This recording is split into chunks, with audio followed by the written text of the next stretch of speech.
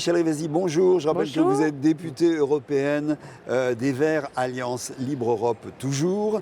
Les incendies de forêt en Amazonie, on en a beaucoup parlé il y a quelques jours, quelques semaines. D'abord, alors, il y a eu d'un seul coup, on s'est passionné, tout le monde s'est passionné pour l'Amazonie, les incendies en Amazonie. Est-ce que c'était légitime, j'allais dire, ce grand mouvement qu'il y a eu à ce moment-là? Ah ben oui, c'est légitime parce que ce qui se passe en Amazonie, ça nous concerne de près au niveau de l'Union européenne. D'abord, il y a un problème politique.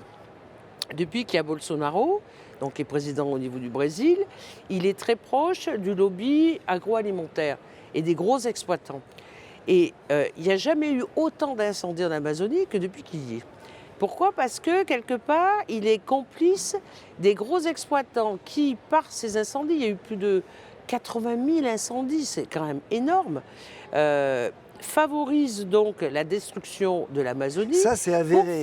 C'est avéré. C'est-à-dire qu'on dit l'origine, parce qu'évidemment, le problème de l'origine des incendies, c'est un problème crucial. L'origine des incendies vient des grands propriétaires terriens qui font de l'agriculture intensive et qui veulent plus de terrain pour, évidemment, faire plus d'agriculture intensive. Et plus d'élevage. Et plus d'élevage, bien d'accord. sûr. Bon. Donc ça, c'est une réalité. Et on sait très bien que l'Amazonie, étant une forêt, une des plus importantes au monde, participe à la captation du CO2. Or, on parle du réchauffement climatique. Plus vous allez diminuer cette forêt amazonienne, plus vous allez contribuer au réchauffement climatique, puisqu'il va y avoir énormément d'émanations de CO2. Donc ça concerne, je dirais, la planète dans sa globalité. Mais là où ça concerne l'Europe, c'est que quand il y a l'accord, par exemple, du Mercosur, ces accords de libre-échange économique, qu'est-ce qu'il y a dans le panier? Il y a les bovins, donc il y a l'élevage, il y a le soja, vous voyez, il y a toutes ces cultures à base de protéines.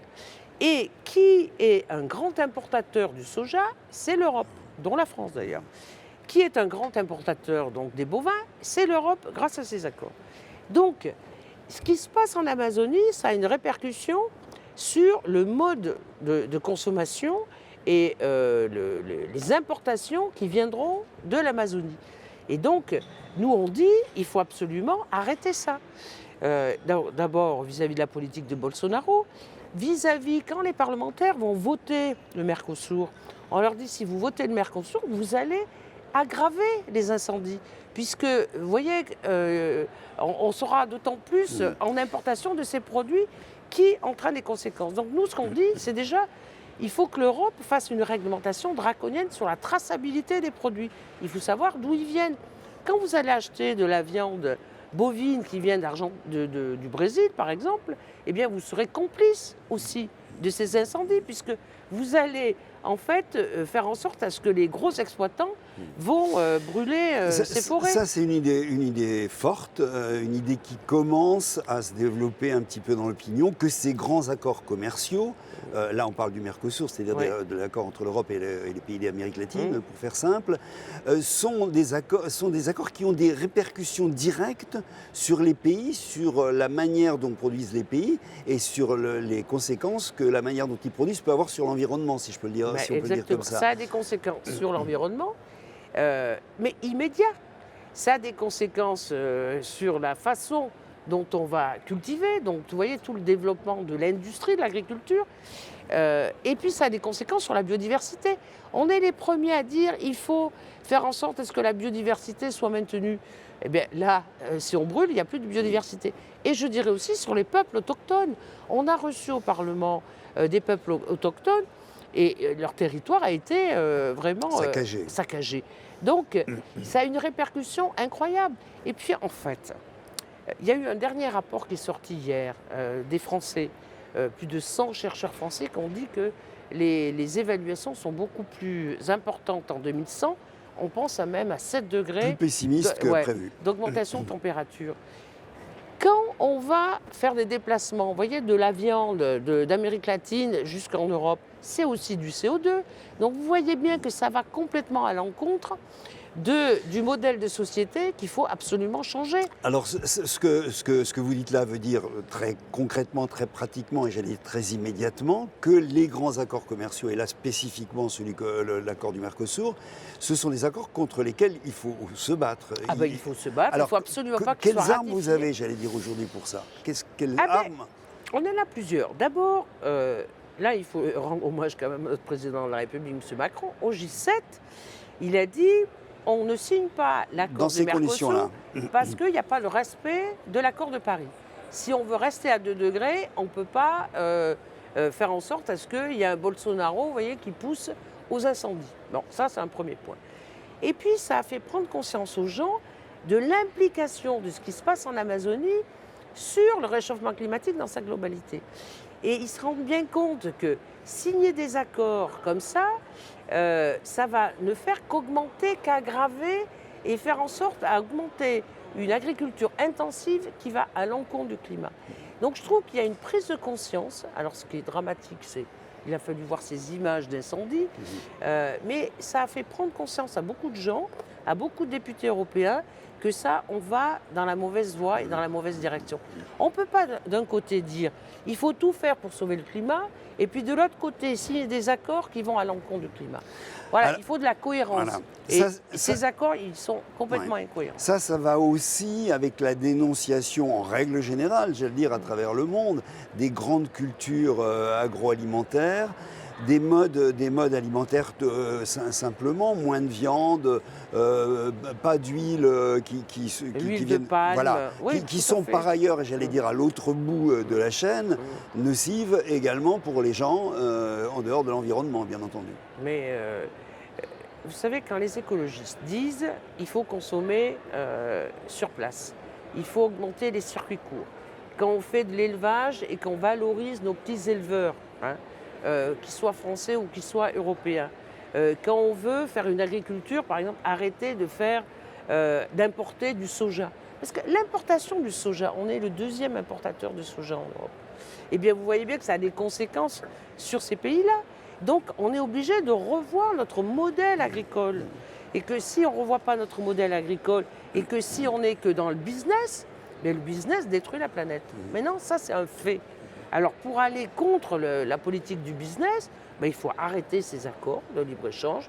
Vous voyez, grosso modo, on importe des bovins et en contrepartie, les Allemands vont pouvoir exporter leurs voitures et leur chimie. Bon, les Allemands, ils ne peuvent pas dire comme les Français d'ailleurs. Ça, c'est des accords équilibrés. Ils sont équilibrés pour des multinationales, pour le gros business, mais ils ne sont pas équilibrés vis-à-vis de la planète. Donc, quand on demande, une réglementation de l'Union européenne pour savoir d'où viennent les produits, on veut responsabiliser les entreprises. Pour ça, il faut des règlements contraignants. 3, il ne faut pas signer ces accords. Et 4, il faut défendre les peuples autochtones. Parce qu'il y a eu un rapport de la FAO qui a montré que c'est les peuples autochtones qui défendent le mieux la biodiversité et qui sont les premiers freins contre le développement des incendies. Donc, et quand j'entends Bolsonaro qui dit qu'il n'y aura pas 1 cm², voyez, pour les peuples autochtones et que c'est des peuples préhistoriques, mais je trouve ça incroyable. Alors, vous êtes un certain nombre de députés ici à l'avoir souligné.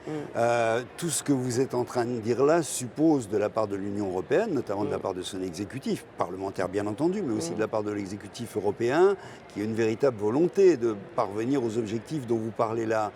Qu'est-ce que vous en pensez? Vous êtes nombreux à avoir dit, mais cette commission, elle est plus libérale encore que la précédente. La présidente pareil, etc. Est-ce que c'est bien embarqué cette affaire, pour le dire comme ça? Écoutez, il y a, je dirais, un discours, et puis après on va voir la réalité. Le discours, c'est que Ursula von der Leyen dit c'est le climat la priorité. Très bien. Il y a M. Timmermans, qui est vice-président, et qui va chapeauter tout ce qui est transport, tout ce qui est agriculture, tout ce qui est environnement, etc. C'est pas mal. Mais si en même temps, oui, c'est un peu... En même temps en même temps, M. Macron. Il faut apprendre à plus le dire. On développe le marché, ça c'est contradictoire.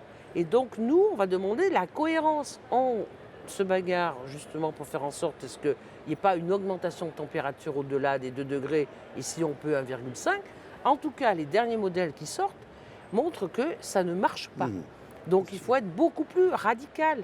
Pour être beaucoup plus radical, il faut renvoyer ça au niveau de chaque État membre, il faut renvoyer ça au niveau de l'Europe en disant ayons une politique vraiment volontariste pour diminuer nos émissions, pour capter davantage le CO2. Et capter davantage le CO2, ce n'est pas développer aussi la forêt amazonienne, c'est développer aussi la forêt au niveau de l'Union européenne. C'est faire en sorte à ce que en 2050, il y a 0 émission, si vous voulez, de carbone. C'est ça Et j'ai l'impression que les gens font, vous voyez, à la marge. Hein, on fait des trucs à la marge, mais on ne fait pas des trucs où on va changer radicalement notre mode de consommation. Il faut compter sur les citoyens aussi, tout simplement. Je veux dire, les mobilisations continuent. Comment vous sentez ça un petit peu en cette rentrée? Vous pensez que ces mobilisations qu'on a connues, tout de même l'an dernier, spécialement en Europe, qui sont arrivées comme ça, de manière un peu abrupte dans notre paysage, les marches pour le climat, etc., on n'avait pas non plus vraiment prévu ça. Vous pensez que le mouvement continue, prend forme en cette rentrée, écoutez, les jeunes nous ont beaucoup aidés. Hein. D'abord, vous voyez qu'il y a eu quand même pas mal d'écologistes qui ont été élus, mais ça ne suffit pas. On n'a pas le pouvoir au niveau de l'Europe. Mais avec la mobilisation des jeunes, avec maintenant la prise de conscience citoyenne, quand on voit les derniers sondages qui montrent qu'ils mettent l'environnement en premier. Donc les gens, ils voient bien l'angoisse. Les canicules qu'on a subies cet été, ça les a pris dans leur propre chair. Quand vous étiez urbain, dans une ville comme la mienne, Valence, où on avait 35 degrés à l'extérieur, que même la nuit, ça ne descendait pas, les gens se disent, on est piégés. Et ça fait une angoisse sur le futur. Et ils se disent, s'il y a vraiment une priorité à faire pour que nos enfants puissent vivre demain, eh ben, il faut qu'on change complètement nos modes de consommation. Et là, les gens sont prêts. C'est les politiques où il leur faut bouger, parce que ça remet en question, si vous voulez, les importations et les exportations, ça remet en question l'industrialisation de l'agriculture, ça remet en question toutes les grosses boîtes qui sont là pour faire du profit immédiat, et ça remet en question le concept de temps. Vous voyez, c'est qu'il y a une urgence à agir dans un temps court. Après, c'est trop tard. C'est bien sûr fondamental. Cette affaire d'incendie en Amazonie a aussi permis de voir, peut-être latéralement, mais quand même, on l'a vu, qu'il n'y avait pas que l'Amazonie dans le monde qui connaissait ce phénomène. On a tous en tête cette image prise par la NASA, je crois, on voit la Terre avec tous les foyers d'incendie, il y en a partout. Mais oui, mais il y en a eu en Sibérie, il y en a eu en Suède, vous voyez, dans tous les pays du Nord. En Afrique. Alors en Afrique, de façon très importante. Et puis en Europe aussi. Regardez au Portugal ce qui s'est passé, regardez en Espagne. Donc maintenant, les gens se disent, mais ça touche tout le monde.